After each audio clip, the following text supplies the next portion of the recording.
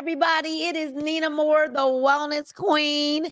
So excited to be here with you all. And I know we got to change that, right? We got to change that graphic for our YouTube on it. And so excited that you are here. We are live on YouTube as well as TikTok. So hello to all of our TikTok family. As you are logging on, y'all know what to do. Let us know what city, what state, and or what country you might be logging in from. And I am like every Monday, I look forward to book club. And so what are some of the reasons why I am so passionate about book club? Why book club is so important? Number one, you are never ever, we are never ever, hate when people say y'all, right? We are never ever going to earn more than we learn. All right. And perhaps someone could write these in the chat, right? We are never going to earn more than we learn. Number two, leaders are readers. Okay. They just simply are. Leaders are always looking for ways to elevate their growth and their mindset. So leaders are readers. And number three, you cannot, absolutely cannot, you cannot pour from an empty cup. So those are all of the reasons. And then, I mean, number four, you really just want to be here with me, right? I'm pretty cool. And so I want you to know that I came from a place where I didn't enjoy reading. I didn't understand the value or the importance of reading and why it was important.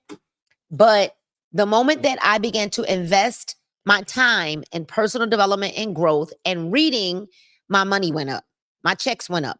So if you want to know how I was able to earn multiple seven figures now, we know how to earn six figures like this. Like give me 60, 90 days and boom, we know how to earn our first six figures, multiple six figures in 90 days and 40 in 120 days. I know how to do that like this. And so I don't know where you might be watching in from, but I'm certainly excited that you all are here. And maybe you're like me, where you didn't enjoy reading. I read the book for you, so you don't even need to have the book. So if you have just logged on and maybe it's your first time, if it's your first time, let me know that it's your first time. We want to say hello to you. We want to welcome you to book club. Now, if you're on TikTok, I can't really see that far, so I'll try to acknowledge you when this is over, right?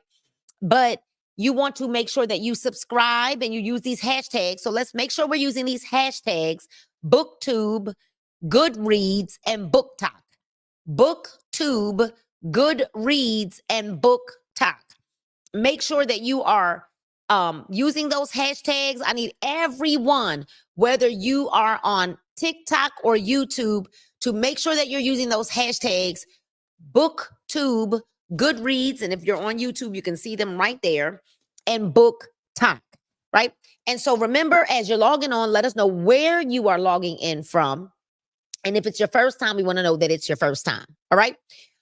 We are finishing up Think and Grow Rich. And we want to make sure that you understand that this is the same YouTube channel. It is just now, instead of it being Bling TV 3765, it is Nina R. Moorer. We wanted to make sure that everyone could find me. If you search my name, it's going to come up. If you Google search me, you're going to find my website. And listen, I got something for free. I got something free for you. So make sure that you stay till the end, because I got a free gift for you all. Okay. So let's go ahead and dive right in. Welcome to Monday's book club. We are actually starting chapter 14. And I always say this: don't hate the messenger, hate the message. I am just going to read the book. All right. So don't hate the messenger, hate the message. All right. So we're in chapter 14, the sixth sense, the door to the temple of wisdom. Let's see what the dictionary says about wisdom. All right, you guys, let's see what the dictionary says about wisdom. Let's look up the definition of wisdom. Y'all know that I'm a big words person. I want to know what these words mean, because oftentimes we think we know the meanings of words when we don't, right? Wisdom is the quality of having experience. Wait a minute. Wisdom, I hope is the quality of having experience. knowledge, and good judgment. The quality, there's that word again, of being wise. Uh-oh. Let me read that again. Wisdom is the quality of having experience and the knowledge and good judgment. So if you are wise, it's not just that you have knowledge, but you have the quality of having experience, knowledge and good judgment, and then the quality of being wise. That's what wisdom is. It is the soundness of an action or decision with regard to application of experience, knowledge, and good judgment. But let's look up the definition of the word quality, because this definition or this word uses quality in it a few times. So let's look up what is the definition of the word quality. Quality is the standard of something as measured against other things of a similar kind. The degree of excellence of something. Whoa. So wisdom is the quality of having experience. Wisdom is the standard of having experience. It's the degree of excellence of having experience, knowledge, and good judgment. The quality of your decisions will make you wise. The quality of your knowledge will make you wise. The quality of your experience will make you wise. Whoa. So this is the 13th step toward riches. The 13th principle is known as the sixth sense, through which infinite intelligence may and will communicate voluntarily without any effort from or demands by the individual. This principle is the apex of the philosophy. It can be assimilated, understood, and applied only by first mastering the other 12 principles. So if we don't even spend time to master the other 12 principles, you can forget about the sixth sense. So meaning, we all know when we say something like the sixth sense, we've got 5 senses. What are the 5 senses? See, hear, smell, taste, touch. The sixth sense is the sense that we've been given outside of the 5 normal senses that we were born with. But this is saying, unless you spend time getting the other 12 principles, then you can forget the sixth sense. Because it says the sixth sense is a bonus. The sixth sense is something we earn once we have the other 12 principles. The sixth sense is that portion of the subconscious mind, which has been referred to as the creative imagination. It has also been referred to as the receiving set, through which ideas, plans, and thoughts flash into the mind. The flashes are sometimes called hunches or inspirations. Now, I don't know about y'all, but in the church world, we call it the Holy Ghost. The Holy Ghost. The Holy Ghost. Like literally, earlier today, as I was coming down the steps, I was on a FaceTime with Prophetess Tara Bolden. And as I was coming down the steps, the Lord said to me, booked and busy. Booked and busy. That wasn't the sixth sense. That was the Holy Ghost, right? And I got off the phone with her. Because I got a call that I had a call coming in at 2:00. And when I got on that call was to book me for a women's conference. After I had just come down the steps, hearing God say, booked and busy. Come on, somebody. June 22nd here in Georgia. All right. Stay tuned. Won't he do it? So the sixth sense is that portion of the subconscious mind referred to as creative imagination, right?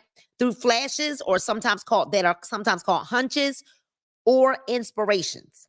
The sixth sense defies description. It cannot be described to a person who has not mastered the other principles of this philosophy because such a person has no knowledge and no experience with which the sixth sense may be compared. Understanding of the sixth sense comes only by meditation through mind development from within. Now, here's the problem, Paul. The problem with this thing that is saying it only comes by meditation through mind development from within. The problem is most people won't get quiet long enough to even meditate. Just talk to the talk to the talk to the talk to talk. Like some people that just love hearing themselves talk. Like literally always got to have something to interject. We know a couple. So understanding the sixth sense, meaning you cannot get to this level of wisdom until you learn how to be quiet. It says meditate. When you think about meditation and meditate, that means that there are times that you just got to be quiet.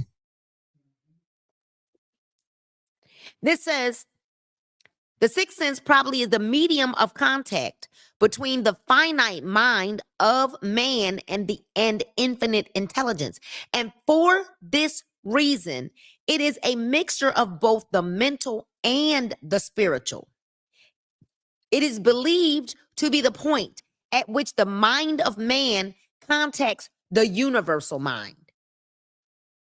After you have mastered the principles described in this book, and you will be prepared to accept as truth a statement which may otherwise be incredible to you, namely through the aid of the sixth sense. You will be warned of the impending dangers in time to avoid them and notified of opportunities in time to embrace them. That sounds like discernment to me. Okay? When you are warned of impending dangers, it's discernment. Y'all, there comes your aid and to your bidding with the development of the sixth sense, a guardian angel who will open up to you at all times the door to the temple of wisdom. Somebody type in discernment in the comments. If you're on TikTok, type in discernment in the comments. All right, you guys? Discernment. Whether or not this is a statement of truth, you will never know except by following the instructions described in the pages of this book or similar method of procedure. The author is not a believer in nor an advocate of miracles for the reason that he has enough knowledge of nature to understand that nature never deviates from her established laws. Some of her laws are so incomprehensible that they produce what appear to be miracles. Now, we know something much bigger than nature, the person who created it, and that is God Almighty. Okay? So the sixth sense comes as near to being a miracle as anything I have ever experienced, and it appears so only because I do not understand the method by which the principle is operated. This much the author does know, that there is a power or a first cause or an intelligence which permeates every atom of matter and embraces every unit of energy perceptible to man, that this infinite intelligence converts acorns into oak trees. See, you know what's so crazy, Paul? We question stuff like opportunity. When someone offers us opportunity, we question it. When someone offers us a way to get healthy, we question it. But we don't question, how does this little seed turn into an acorn tree? We don't question the things. We don't question how in the world are those clouds up in the sky. We don't question when the doctors tell us to go on multiple medications that then do other things to our bodies. Because we've got a friend that's going through something like that right now.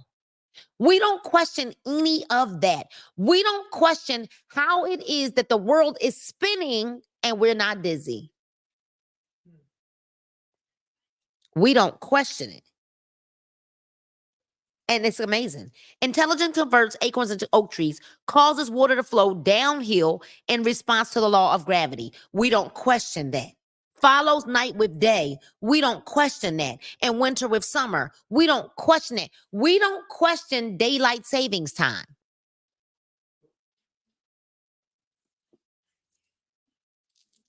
each maintaining its proper place in relationship to the other. This intelligence may, through the principles of this philosophy, be induced to aid in transmuting desires into concrete or material form. The author has this knowledge because he has experimented with it and he has experienced it. Step by step through the preceding chapters, you have been led to this, the last principle. And if you have mastered each of these preceding principles, you are now prepared to accept, without being skeptical, the stupendous claims made here.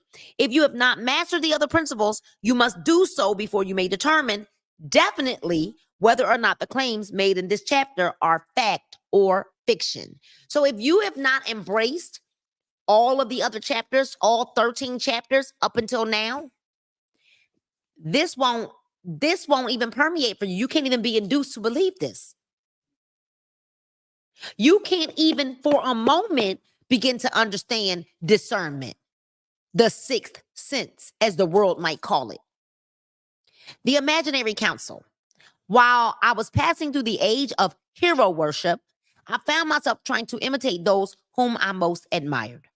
Moreover, I discovered that the element of faith with which I endeavored to imitate my idols gave me great capacity to do so quite successfully. You know, let me say this, you guys. This weekend, I had to speak at a conference, and it was my first time in this capacity on a speaking outside of what I do in business as a network marketer.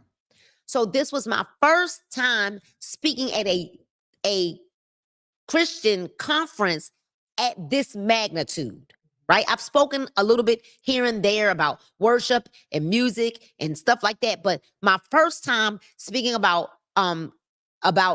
get well and get wealthy, right? And first time I gave a keynote speech, right? And on a magnitude of a lineup with the likes of Jamal Bryant, Dr. Jamal Bryant, Dr. Valerie Moore, Dr. Juanita Bynum. It will be Dr. Nina Moore. I promise you, it will be. But it was my first time with, the Apostle Brian Meadows and Brandon Brandon Jacobson and Clack and all of the Pastor Candy West. And it was my first time speaking a keynote at that magnitude, right? Now, here's the deal. I had to, because I was last, I had to make sure that I did not allow myself to end up in imposter syndrome. And the reason why I say that is because when you're last, you could tend to want to now have to think that you got to sound like everyone else, be like everyone else, talk like everyone else. But the reality of it is that I had to make sure that I was not allowing myself to fall into any form of imposter syndrome, right? Imposter syndrome, not trying to imitate those whom I most admired. I needed to be Nina Moore. I needed to speak my truth. I needed to tell my story. I needed to minister in the way that God shared with me to give the message. You get it? So moreover, I discovered that the element of faith with which I endeavored to imitate my idols gave me great capacity to do so quite successfully. I chose to not imitate anyone. I have never entirely divested myself of this habit of hero worship, although I have passed the age commonly given over to such.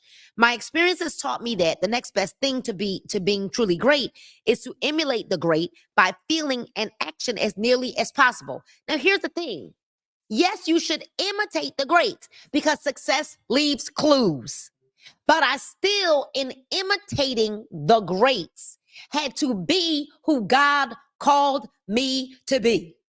Does that make sense? All right, I want y'all to understand. Yes, because I'm actually doing a training tonight for some specific people. And I want to talk about that.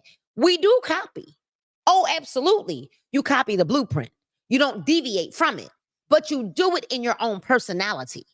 And so I stood up as Nina Moorer, not as a piece of this person and a piece of that person and a piece of that person and a piece of that person and a piece of that person. Yes, but you do, because success leaves clues. You follow the blueprint. So I made sure that I was prepared, because preparedness will give you success.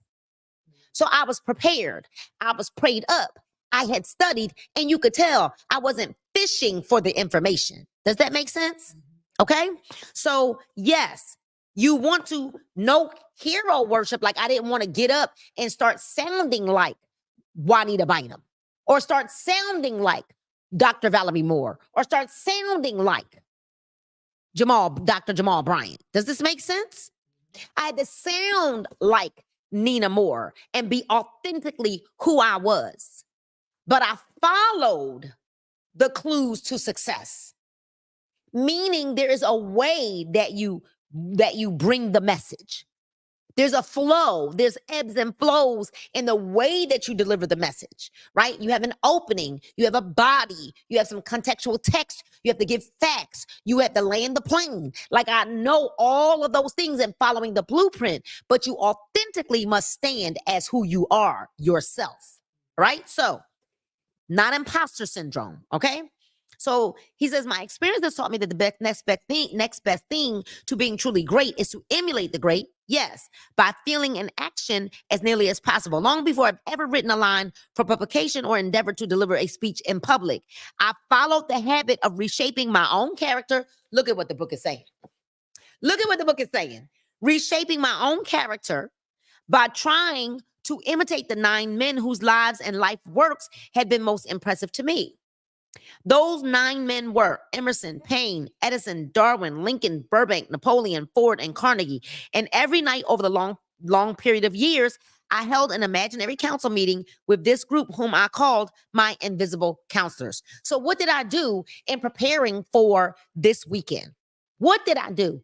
I listened to information that was going to help me download information, because I was plugged in to, although I was listening to different information, right, on the topic of what I was speaking on, but I was waiting for my own download. I hope you guys understand what I'm saying. I was waiting to be able to deliver the information in my download. And that's what I did leading up to this. Who do I admire? What do I need to hear? What did I need to listen to in terms of what I was teaching? It's so crazy that here's what's so crazy. I had already started preparing a message for a women's conference on Get Well, Get Wealthy before being asked to speak at a women's conference. And you can ask Paul. You can ask Alicia Richardson, Elder Richardson. I call him Bold Rich. You can ask Prophetess Tara Bolden that I literally purchased something while at this conference, because I said, I'm going to be speaking at a women's conference on wellness and wealth, get well, get wealthy. And I purchased something to use for my message to women, because I had already started preparing that before this one. She got to be a little quiet or close her door, right? So every night, he said he held an imaginary council meeting with this group whom I called my invisible counselors. What was I doing? I was practicing. There's no way that you're going to get on a court, you've never played basketball before, and have success. What I did, Prophetess Bolden, Elder Richardson, Tedra Gordon, is I practiced. I didn't wait until this weekend happened, but I started practicing. Come on. I practiced my delivery. I practiced what I thought I needed to say. I looked in the mirror and I practiced. I held an imaginary council meeting with this group that I called my invisible counselors. That's what I did every single day. Before speaking this past weekend, I had an imaginary council meeting with my invisible counselors. The procedure was this. Just before going to sleep at night, I would shut my eyes and see in my imagination this group of men seated with me around my council table. Here, I had not only an opportunity to sit amongst those in whom I considered to be great, but I actually dominated the group by serving as the chairman. I had a very definite purpose in indulging my imagination. Through these nightly meetings, my purpose was to rebuild my own character so it would represent a composite of the characters of my imaginary counselors, realizing as I did early in life that I had to overcome the handicap of birth in an environment of ignorance and superstition. I deliberately assigned myself the task of voluntarily rebirth through the method here described. I deliberately assigned myself the task of voluntary rebirth through this method here described. Meaning, okay, so if you say that you were born a certain way, then be born again. Okay, so if you say that that's a generational curse, then be born again. You literally can become a new person. You know, it's amazing. Seek ye first the kingdom of God. We know all these things, and all his righteousness, and all these things will be added unto you, right? Then we know that we are renewed by the transforming of our what? Of our what? Minds. Be renewed by the transforming of our minds, right? And so that's in Romans, just in case, right? And so this is saying, I deliberately assigned myself the task of voluntary rebirth through the method here described. Because let me help you understand something. If you could have what it is that you want, if you could have what you desire, if you could earn all the money that you desire, then you would already be doing it. Uh-oh. This is when TikTok, y'all with me on TikTok? Because this is when we get crickets. If we were so wonderful, and I'm not saying that anything is wrong with any of us, hear my heart. But if you were so bad to the bone, then if you're saying, I want to earn $20,000 a month, I want to earn $30,000 a month, then you would already be doing it. If you could do it, who you are today, you would already be doing it. But by virtue of the fact that you're not doing it, that I'm not earning $100,000 a month right now, because I can't do it who I am and was. I must voluntarily rebirth myself. Come.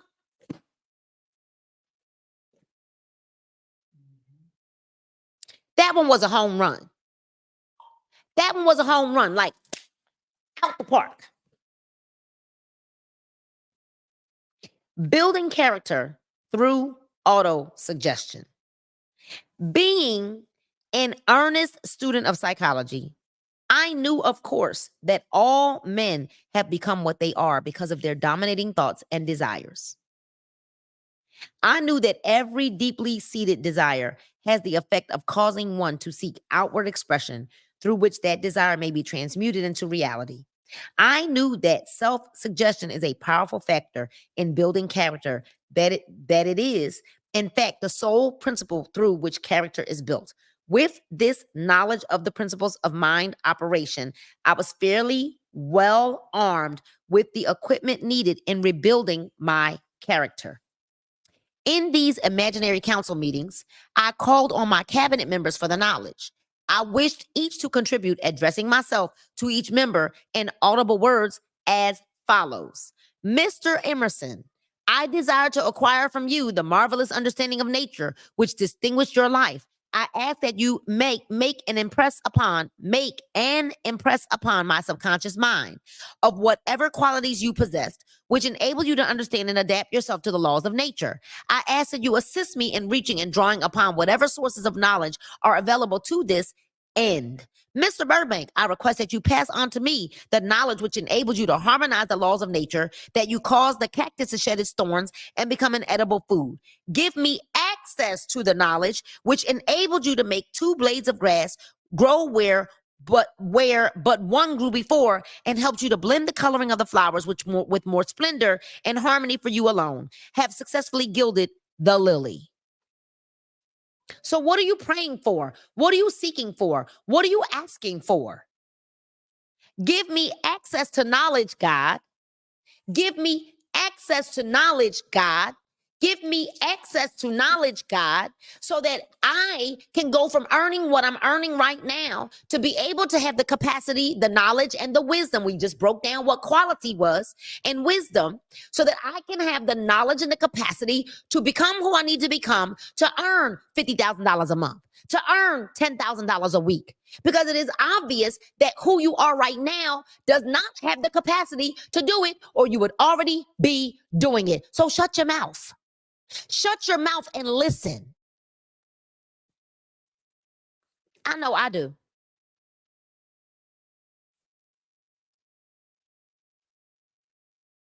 Give me access to the knowledge. Napoleon, I desire to acquire from you by emulation the marvelous ability you possess to inspire men. How is it that you have influence, Nina? And how do you turn your influence, Nina, into monetary value? How do you have these relationships, which not only get you into certain rooms, but even the people that are with you get into those rooms with people that you only see on the internet, on social media? When you see a person of great stature walk up to somebody that you admire to have a conversation with somebody that you're working with, and you then realize, oh, wait a minute, I've been looking at her all wrong. She got way more influence than I thought. Sometimes you walk so closely to people and they've given you access to them, and you don't even realize the level of influence that they have. And that you should be honored to even have access to the influence that a person has.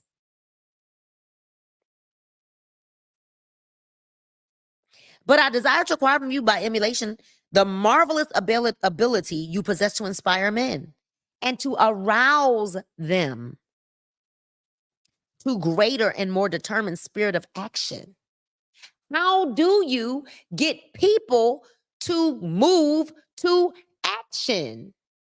Nina, how? I lead by example. I go the way, I show the way. I go the way, I show the way. I go the way, I show the way. Consistently. Let me throw that one in there. Not just when I feel like it, but consistently. Right? Also, to acquire the spirit of enduring faith, which enable you to turn defeat into victory and to surmount staggering obstacles. How do you keep defeating all odds against you and never, ever, ever, ever change your attitude or disposition? How do you keep being so positive even when it looks like all hope is gone? How do you keep walking around like it's getting ready to break? It's going to happen. You got to believe. You got borrow my faith. If you ain't got nothing for yourself, borrow mine. How do you? And to surmount staggering obstacles? How do you get terminated from a company, bashed, talked about? They stole money from you, and you move to another company and go right to the top? How? Emperor of fate, king of chance, man of destiny, I salute you. Mr. Payne, I desire to acquire from you the freedom of thought and the courage and clarity with which to express convictions which so distinguished you. Let me tell you something. If I had a friend that had figured out how to beat the battle of the bulge, I'd be talking to them all the time. But you know what's wrong? Instead, you run from the person who's already done what you desire to do. Help me understand that. You know why? Because you don't want no accountability. All this is saying is all these people that you know that have done what you say you want to do? Or could that be what it really is? You say you want to do a certain thing, but you really don't want to do the work to do the thing. Mr. Darwin, I wish to acquire from you the marvelous patience and the ability to study cause and effect without bias or prejudice, so exemplified by you in the field of natural science. Mr. Lincoln, I desire to build into my own character the keen sense of justice, the uttering spirit of patience, the sense of humor, the human understanding, and the tolerance, which were your distinguishing characteristics. Mr. Carnegie, I'm already indebted to you for my choice of a life work, which has brought me great happiness and peace in mind. I wish to acquire a thorough understanding of the principles of an organized effort, which you use so effectively in the building of a great industrial enterprise. So yeah, and whatever you were doing before, you were bad to the bone. But when you come into a new environment, you the little man on the totem pole. Go sit down and learn. I didn't walk up in there this weekend like I was some big bad honcho. I walked in there with humility. No one knew. No one. They barely knew that I was the speaker for Saturday. No one knew. It didn't matter. I was going to let the Holy Spirit do the work. And I did. Mr. Ford, you have been among the most helpful of men who have supplied much of the material essential to my work.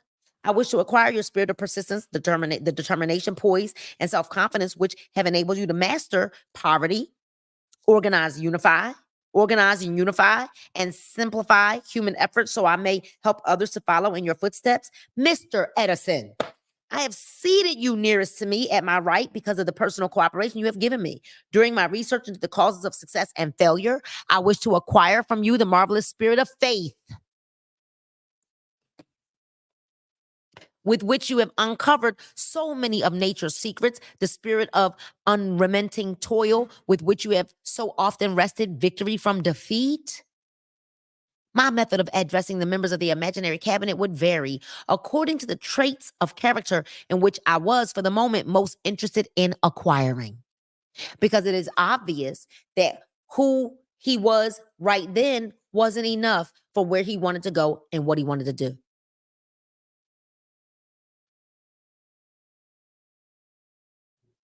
So I realized that as a salon owner, as a salon manager, as a head stylist for 27 years, certainly I knew what I was doing in that arena. And although I brought some of the skill set into my network marketing career, I didn't know what I was doing as a network marketer. I had to shut my mouth and learn.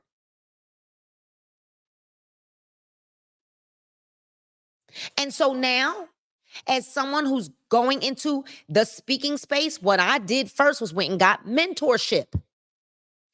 I went and got mentorship before having one booked engagement. Could it be that I didn't have a booked engagement because I hadn't gone to get mentorship?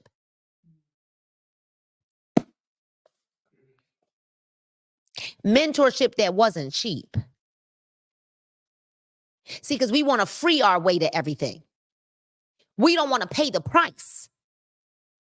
But I went and got mentorship, and I paid for the mentorship before I had a booked event. Not knowing when I was going to need the tools of what I paid for in the mentorship. But there's a good book that I read that says, "Be ye also ready." You don't wait until you get invited to speak somewhere to get some speaking skills.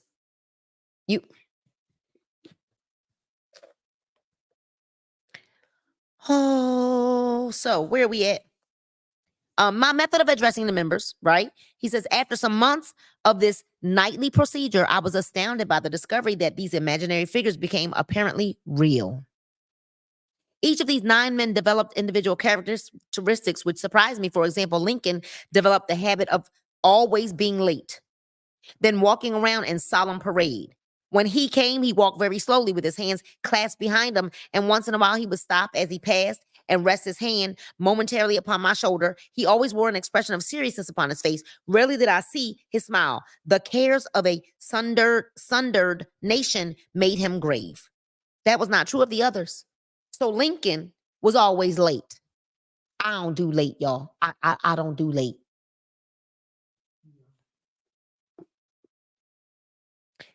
That was not true of the others. Burbank and Payne often indulged in witty repartee, which seemed at times to shock the members of the cabinet. One night, Payne suggested that I prepare a lecture on the age of reason and deliver it from the pulpit of a church, which I formerly attended.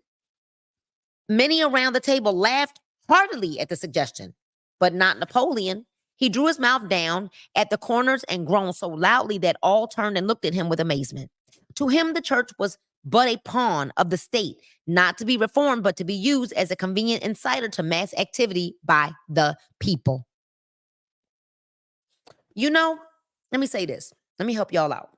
You know, one of the reasons why I'm not late, unless there's like an accident or something, but even then I'm usually not late because we leave in plenty of time to get somewhere, right? But one of the main reasons I'm not late is because I'm always ready. I don't prepare for a tomorrow event the day before. It is very rare that if I'm leaving on a specific day, it's rare that I wait to the last minute to pack. Rare. Very rare. But let's just say that I'm having an event. You better believe that 2 weeks before the event, I start packing for the event. You know why? There's a checklist that I make. And once I've packed it, I check it off the list to make sure that I don't show up somewhere without what I really need. Prepared. Are you really prepared for the success that you say you want? Well, I'm just not a morning person. Oh, okay.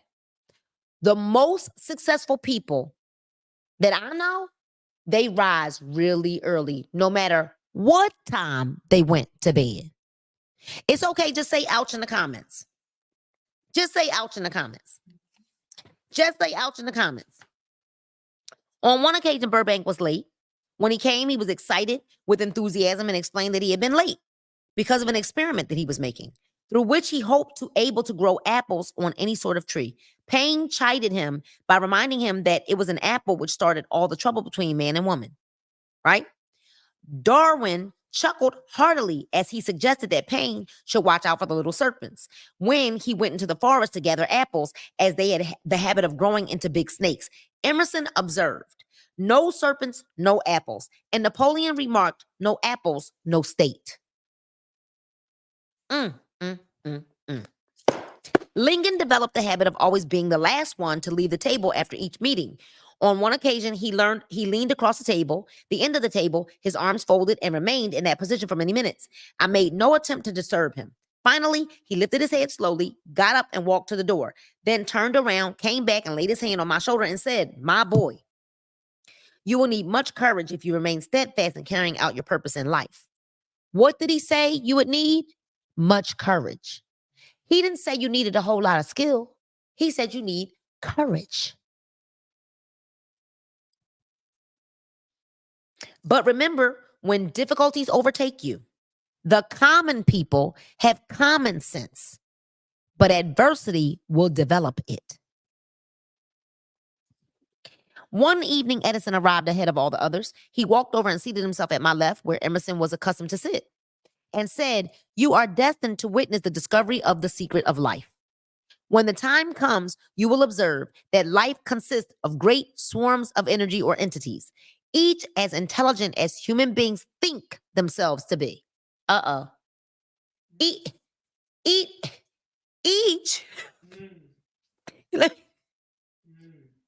Listen to this. Let me read that again. It says, when the time comes, you will observe that life consists of great swarms of energy or entities, each as intelligent as human beings think themselves to be.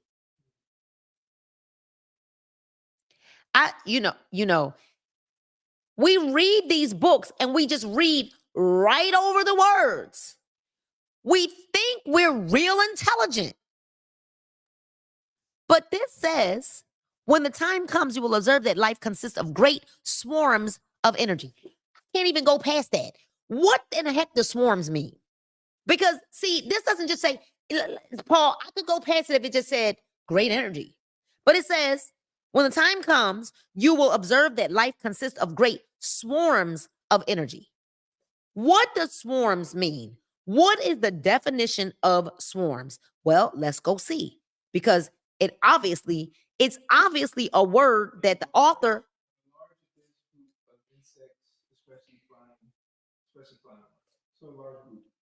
No. But it's got to be moved somewhere. Go to the other definitions. Move somewhere in large numbers. So you are destined to witness the discovery of the secret of life. When the time comes, you will observe that life consists of great swarms of energy. Large numbers. A large number of minor celestial objects occurring together in space, especially in dense shower, a series of similar size earthquake. Oh, I like that. Okay. Large numbers, large movement, smooth, somewhere in large numbers. So, y'all with your little energy, when you're walking around with your low energy, hi, you sitting around with this low energy. I'm gonna tell you right now, energy doesn't mean loud. Energy is a source. It's like a thing.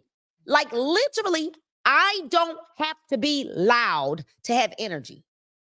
But I've got so much energy exuding from me, Kelly, that if you sat next to me, you'd get shocked. Energy. It says consists of great swarms of energy entities, each as intelligent as human beings think themselves to be. Oh, these units of life group together like hives of bees, and remain together until they disintegrate through a lack of harmony. So could it be you're not moving forward in life because you start off strong, but then all of it disintegrates because there's no harmony? There's no harmony. So your mouth, here's where the harmony is missing.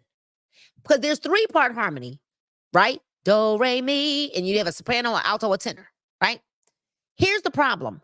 Your mouth is saying one thing, your head is saying another, and your actions are saying something totally different. No harmony in the 3 parts that need to come into harmony so that you can begin to have success. How in the world you say out of your mouth what you want? And I'm here to tell you this. How you do anything is how you do everything. Out the park, Nina. How you do anything is how you do everything.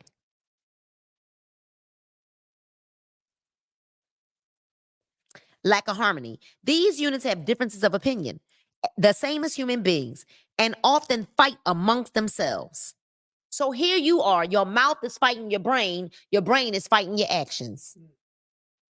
Yep. These meetings which you are conducting, wait a minute, these human beings, lack of human beings, these meetings which you are conducting will be very helpful to you. They will bring you to the rescue some of the units of life which serve the members of your cabinet during their lives. These units are eternal. They never die. They never die. Your own thoughts and desires serve as the magnet which attracts units of life from the great ocean of life out there. Only the friendly units are attracted, the ones which harmonize with the nature of your desires. So you fool, who you think you fooling? Who do you think you're fooling? Your mouth is saying one thing, your brain is saying another, your actions and your feet are saying something different. And now you're thinking that you're going to fool what? This says only the friendly units are attracted. The ones which harmonize with the nature of your desires. Not what you say you want. not what you say you want. So it's amazing. It's amazing that the moment that you really stop lying to yourself and stop playing to yourself and you really make a decision and go all in. I taught this weekend, and I'm gonna give this one to y'all for free because I shouldn't give it to you since y'all ain't come, but I'm gonna give it to you. The reason why I have the level of success that I have, I don't care what people have said to me. I don't care who didn't support me. I don't care who talked about me. I don't care who laughed about me. I don't care. I decided. And the word decide rhymes with homicide. Something has to die when you decide. That one was for free. This is so good. So only the friendly units are attracted, the ones which harmonize with the nature of your desires. So because you really lying. You saying, I really want this to work. No, here go the one. I need this to work for me.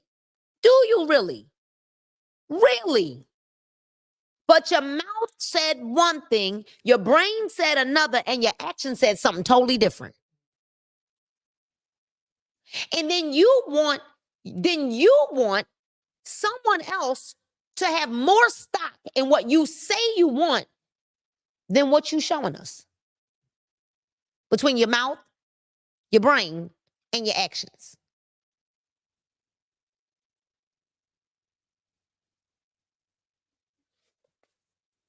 The other members of the cabinet began to enter the room. Edison got up and slowly walked around to his own seat. Edison was still living when this happened. It impressed me so greatly that I went to see him, and I told him about the experience. He smiled broadly and said, your dream was more a reality than you imagined it to have been. He added no further explanation to his statement. These meetings became so realistic that I became fearful of their consequences. Do y'all understand that these meetings were still not real? These were all things he was practicing in his mind. But they became so real. See, that's the problem. You won't practice because you're like, well, I don't know when it's going to happen. I don't know when I'm going to have to do a presentation. So I ain't even going to practice. I ain't even going to learn. But you get on. So here's what's so amazing to me, y'all. I have a team. I do these opportunities. I've been doing the opportunity meetings for a year. I've been doing the opportunity meetings for 1 year without asking anyone else to do them. Let me say this again. I've been doing the opportunity meetings for 1 year without asking anyone else to do them. Let me say it one more time, Paul. I've been doing the opportunity trainings for 1 year without asking anybody else to do them. And I'm talking about the same people getting on the same calls every single time, which shows me that you're really not present on those calls, because if you were really 100% present on those calls, you would know how to repeat it word for word. 1 year, 3 months, 4 months, 5 months, 6 months, 9 months, 10 months, and you still now trying to figure it out? So you on there, but not really on there. But I want this to work. Uh-oh. I don't even know how I got there, because this is not what I planned on saying. But I'm just saying, these meetings weren't even real. You're not even practicing for what you say you want. You waited for someone to tell you to practice. These meetings became so realistic that I became fearful of their consequences and discontinued them for several months. So he was like, let me stop these, because I don't even know. These is feeling real here. It's feeling like I'm having this whole conversation with these 9 men that ain't even present. I was afraid if I continued them that I would lose sight of the fact that the meetings were purely experiences of my imagination.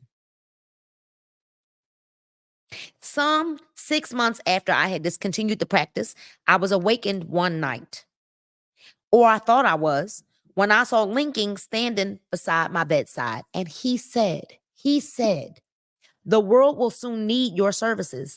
It is about to undergo a period of chaos, which will cause men and women to lose faith and become panic-stricken. Go ahead with your work and complete your philosophy. That is your mission in life. If you neglect it for any cause whatsoever, you will be reduced to a primal state and be compelled to retrace the cycles through which you have passed during thousands of years. I wasn't able to tell the following morning whether I had dreamed this or had actually been awake. And I have never since found out which it was, but I do know that the dream, if it were a dream, was so vivid in my mind the next day that I resumed my meetings the following night. She said, would you just read that book? Elder Richardson said, just read the book, doggone it, okay? At our next meeting, the members of my cabinet all filed into the room together and stood at their accustomed places at the council table while Lincoln raised a glass and said, gentlemen, let us drink a toast to a friend who has returned to the fold.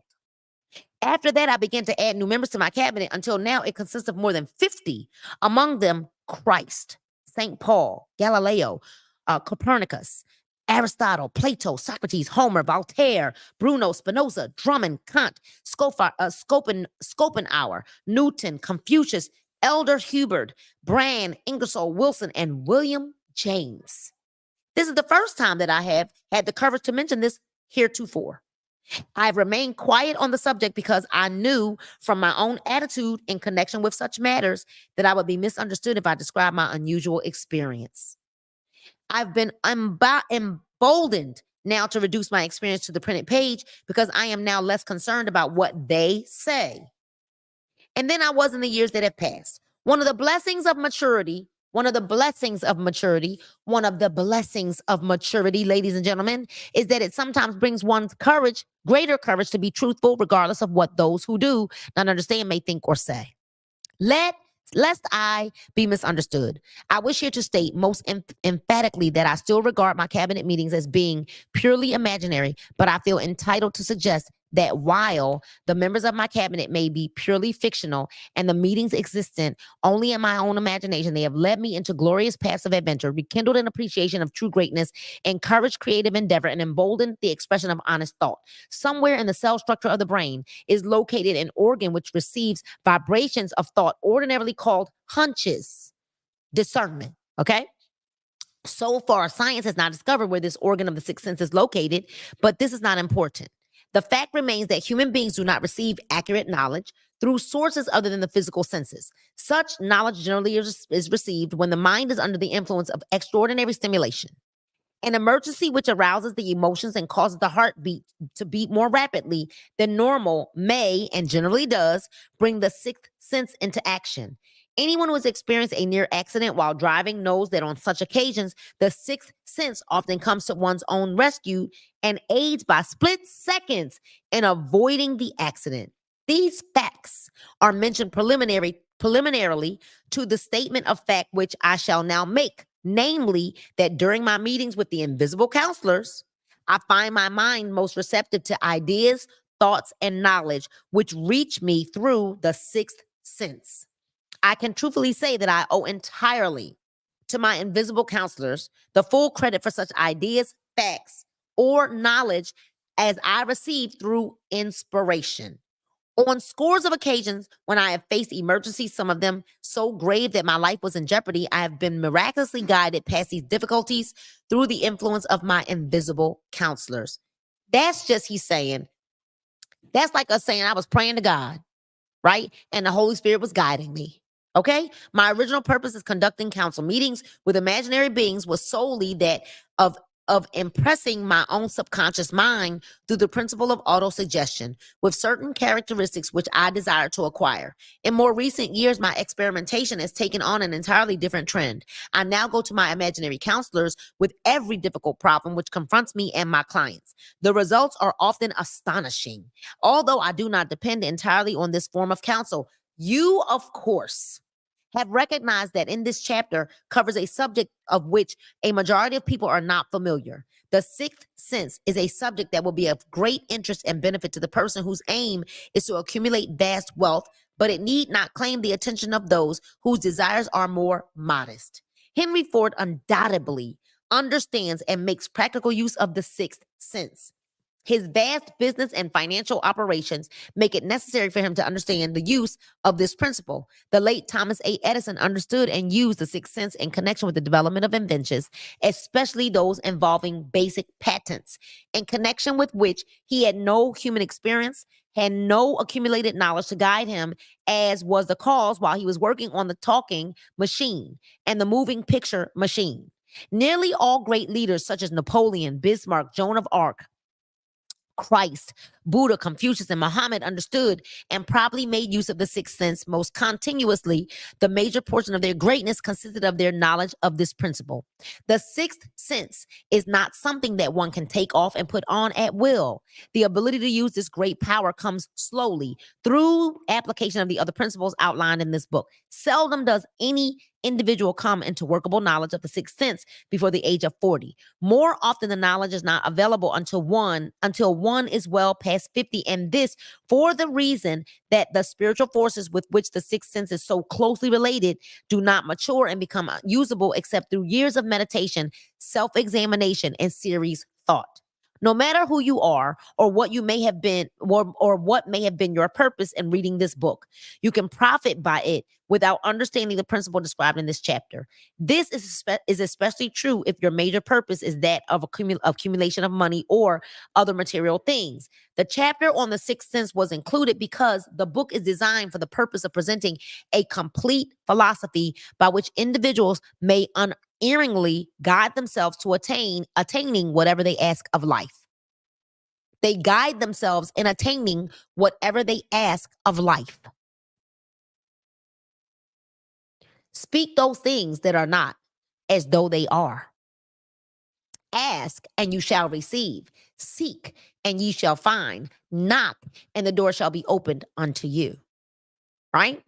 So the starting point of all achievement is desire. What is the starting point of all achievement? Desire. And if the starting point of all achievement is desire, are you really being honest with yourself? Is it really your desire if your mouth is not in harmony with your brain and is not in harmony with your actions? Desire is the main thing. The starting point of all achievement is desire. The finishing point is that brand of knowledge which leads to understanding. Understanding of yourself, understanding of others, understanding of the laws, right, of nature, recognition, and understanding of happiness. This sort of understanding comes in its fullness only through familiarity with the use of the principle of the sixth sense. Hence, that principle had to be included as a part of this philosophy for the benefit of those who demand more than money. Having read this chapter, you must have observed that while reading it, you were lifted to a high level of mental stimulation. Splendid. Come back to this again a month from now. Read it once more and observe that your mind will soar to a still higher level of stimulation. Repeat this experience from time to time, giving no concern as to how much or how little you learn at the time, and eventually you will find yourself in possession of a power that will enable you to throw off discouragement, master your fear, overcome procrastination, and draw freely upon your imagination. Then you will have felt the touch of that unknown something, which has been the moving spirit of every truly great thinker, leader, artist, musician, writer, statesman. Then you will be in position to transmute your desires into their physical or financial counterpart as easily as you may lay down and quit at the first sign of opposition. Faith versus fear. Previous chapters have described how to develop faith through autosuggestion. Hold on one second, y'all. Make sure that TikTok shut off. Let's give them a puzzle piece in because I have been on TikTok for a while. Okay. Wanted to make sure that y'all didn't lose me. Previous chapters have described how to develop faith through autosuggestion, desire, and the subconscious. The next chapter presents detailed instructions for the mastery of fear. Here will be found a full description of the 6 fears, which are the cause of all discouragement: timidity, procrastination,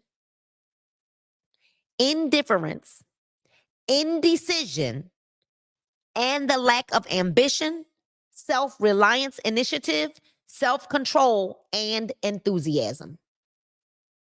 Hold on a minute.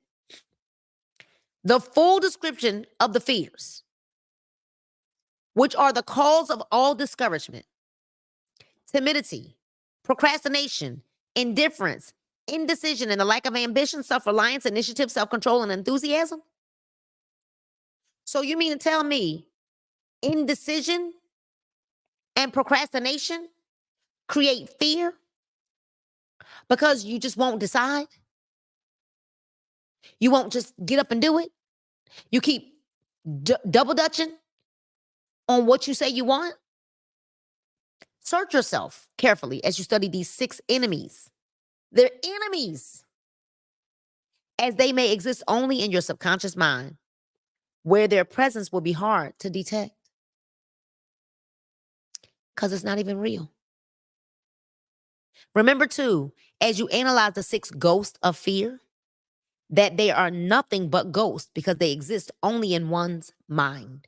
Remember also, the ghost creations of uncontrolled imagination have caused most of the damage people have done to their own minds. Therefore, ghosts can be as dangerous as if they lived and walked on earth in physical bodies.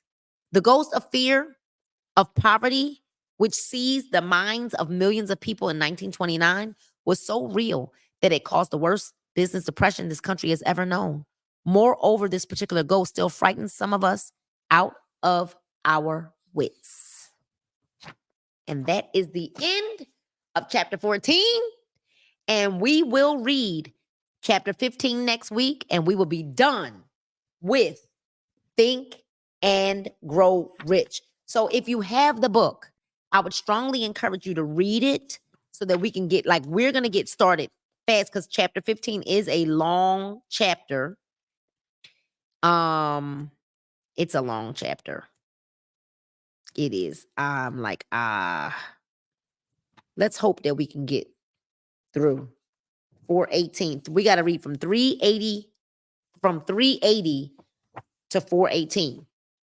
It's a long chapter. So it's probably 2 weeks, but I would like to get this done so that, well, you know what? It's okay. If that has to be what we do, we're going to finish this in March and maybe just April, start fresh with The Mountain Is You. All right. So we'll see. But I hope that you were blessed. All I know is this was we keep thinking that the last chapter was the chapter that was like the chapter. But I don't know, y'all. This one right here, throw some love in the chats. TikTok, throw some love on that screen. If this blessed you, tap, tap, tap, tap, tap, tap, tap that screen. Listen, it is so important that we invite other people to be able to learn and listen while we grow, and we can grow together, right? The starting point of all achievement is desire. Yes, right? So make sure that you're using those hashtags, BookTube, Goodreads, BookTok, right? That you'll see on the screen here shortly. There you go. Thank you so much for putting those hashtags in the comments on TikTok. If you would, put those hashtags in the comments for me. BookTube, hashtag BookTube, hashtag Goodreads, and hashtag BookTok. All right. Now, let me tell y'all something. I don't even know how many more jab, jab, uppercuts y'all want to say. Literally, we could just get it together. And then we don't have to take these jab, jab, uppercuts. Okay. But if literally, you do know that it really only takes one decision. Just like that. One. And then when you decide, something has to die. Something has to die. You got to decide to go all in, and it doesn't matter what other people are doing around you. It doesn't matter. You make the decision. And when you make the decision, it's almost like we're waiting on God to move. And there's a song we used to sing as kids. Well, if you make one step, he'll make two. So while you're waiting on God to make this first step, he's like, nah, I'm waiting on you. You make the first step. I'll show up. I'll show up in the steps. Okay. So just remember that no matter what's going on in your life, that you can live again, laugh again, love again, hope again, dream again, and you most certainly can bling again. Right. I just want to wish you well. I want you to have a blingtastic rest of your evening, a blingtastic week. Pay it forward, do a good deed, be kind to one another. Right. And be nice. Just be nice. In situations that might arise where it might cause you to not be so nice, be nice, you guys. I want you to remember to subscribe to my YouTube, Nina R. Moorer. Make sure you subscribe to my YouTube. This is the same channel. I just made sure that I'm streamlining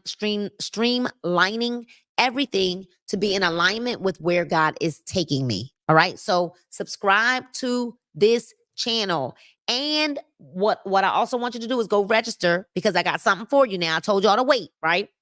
Go ahead. And why did that song just go through my head too? Yes. So I want you to register at www.ninamoorer.com. And what you're going to do when you go and register, go subscribe.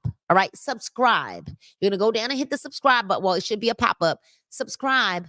You're going to get an email with a free gift. All right, you guys. So I want to make sure that you all don't forfeit your gift. You have to subscribe to ninamoorer.com. And you're going to get a free gift. All right. So go subscribe.